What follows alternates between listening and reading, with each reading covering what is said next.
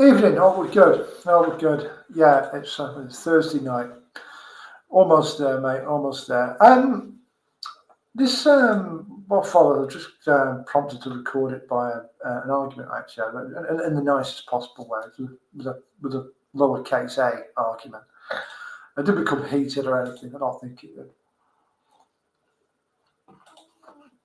There's something about I observed something and I made an observation, and it wasn't. To be honest, I could certainly have phrased this better than I did. I spouted the immortal phrase, damaged people should not start relationships. That's just a belief of mine that I've held for quite a long time. And I do believe that damaged people should not start relationships in a way. I mean, it depends what you mean by damaged people. And this was part of my mate's answer. But we're all damaged. Well, we are. But even if you believe we're on a spectrum, there are people who are a lot further down it than others. But it got me thinking about thinking about that world really, and I just don't take an active interest in it anymore. And the other thing is the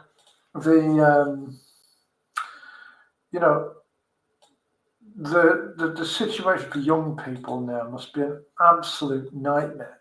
I mean, an absolute nightmare, because there's so many of them now grown up on, identity politics and the like, and you've got women young women who've probably been, seen stuff on social media about, men, they're all bastards and they all only want one thing. And then you've got this backlash against it. There's plenty of stuff online, parroting men's rights activism or whatever. But it's a very toxic mix. And, I've got my thoughts on it. We'll talk about communitarianism another time.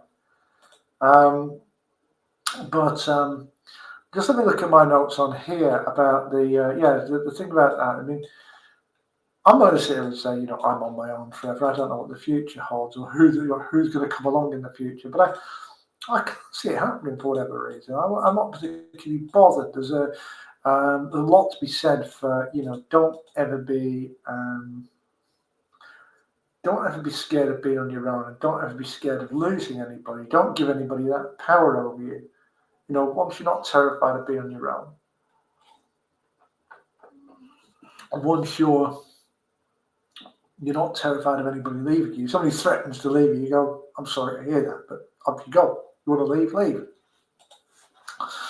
The key thing is not to put too many eggs in one basket and leave yourself in an exposed position. But this is part of the problem, because you've got people going into the world of love and relationships, and they are damaged and messed up. I mean, and they're going in with a very peculiar attitude where, on the one hand, they're going in with an expectation almost of being reparented by somebody. So that could be a man being remothered or a woman being refathered. Could be in a same-sex relationship or whatever. But simultaneously to that, they want to sort of be in charge. They want to be the boss in the relationship as well. And they want to get their way all the time. That's a kind of a double whammy that's associated with stunted maturity. I've met loads of these people, and you'll spot the signs from a mile back. They'll be full of ideas about what they want and what they think they're entitled to, and absolutely none about what they can contribute. And this is the thing. I mean, these people will very often have a very crass and unpleasant value judgment about the sex to which they are attracted. So these will be women who think that men are all bastards. Or men who think that, that one, oh God, women all mess with your mind, they're all crazy and they all mess with your head, or they're all kind of siphon your money out of the bank or something like that.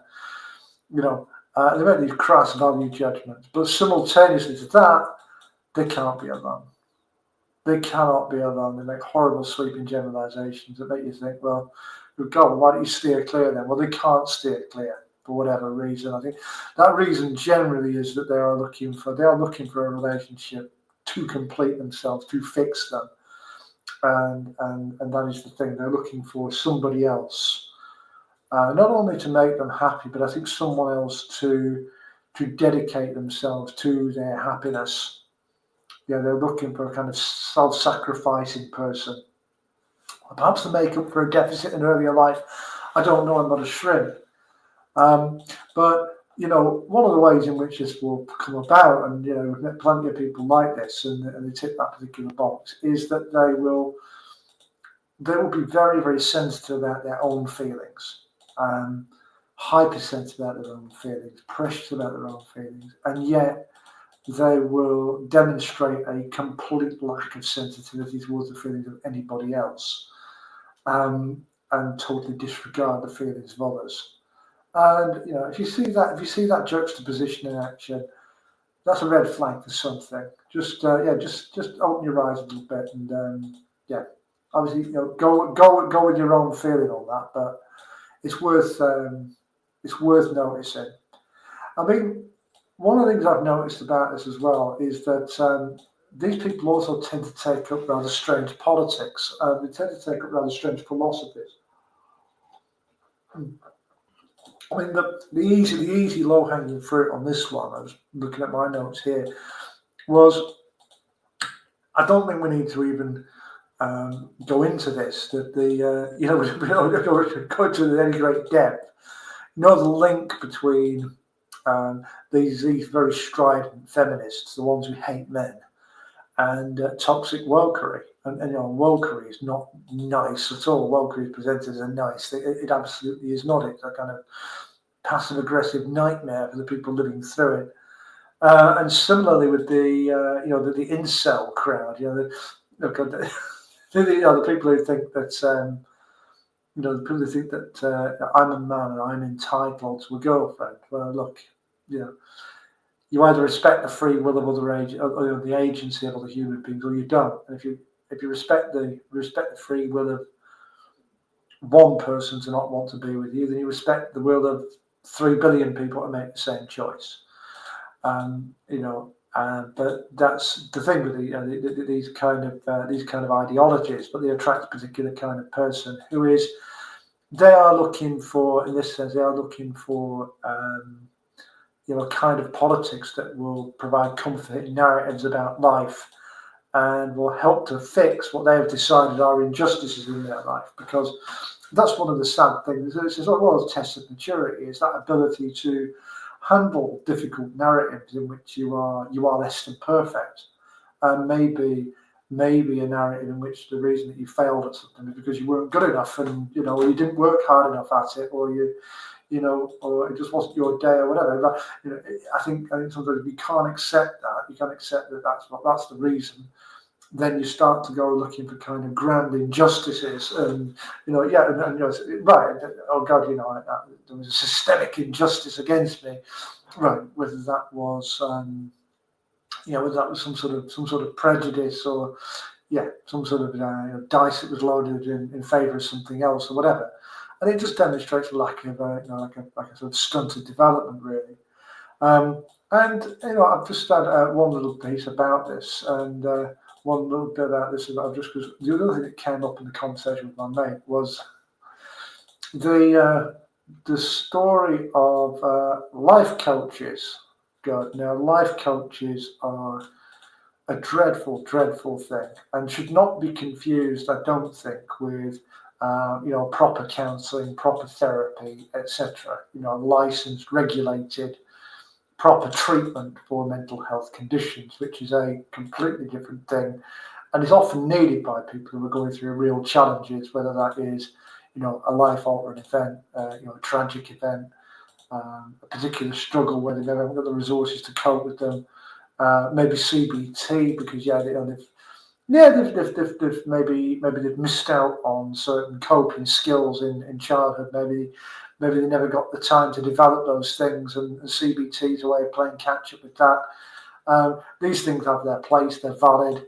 Of course, they are reliant on the patient going into them with the right attitude and a willingness to engage with them. And these are things in which you participate. They're not things that are done to you, but to bring life coaching into this, is, life coach is a completely different thing. It's a sham, it's a fraud, it's a parasite industry, and it is, there's a quite ghastly arrogance behind life coaching.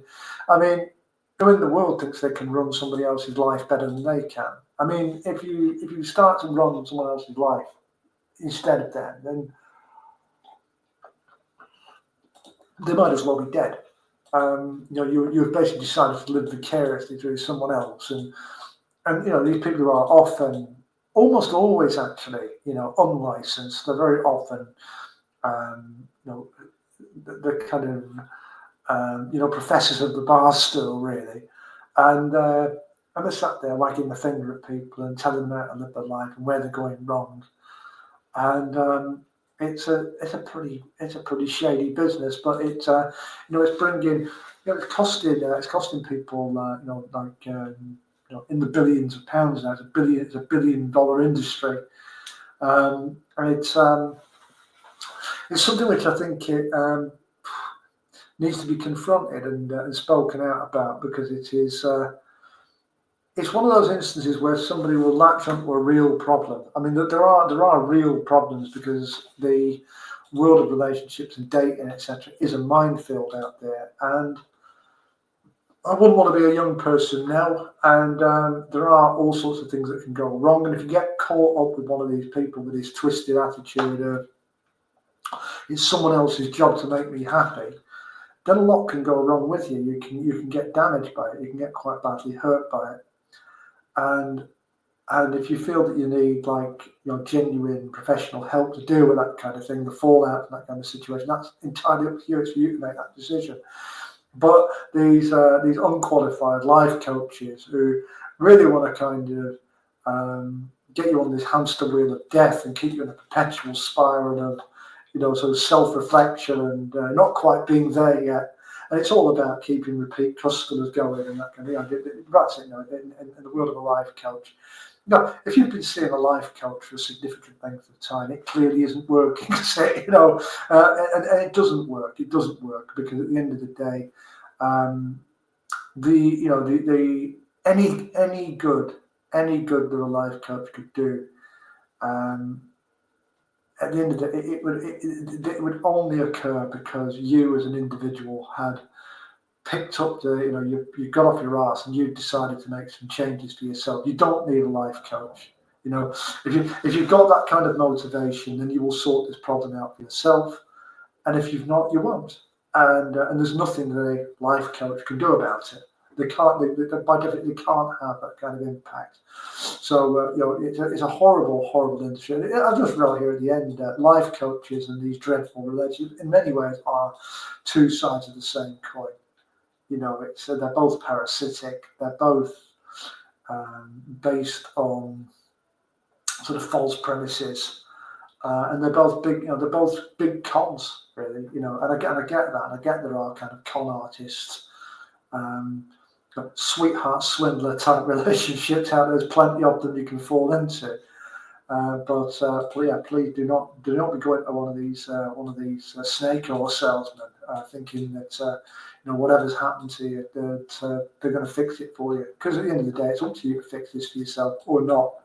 So there were my random thoughts on the subject, and it all came out of a conversation with a mate of mine. So I'll be seeing you next week anyway. So okay, until the next time. See you later.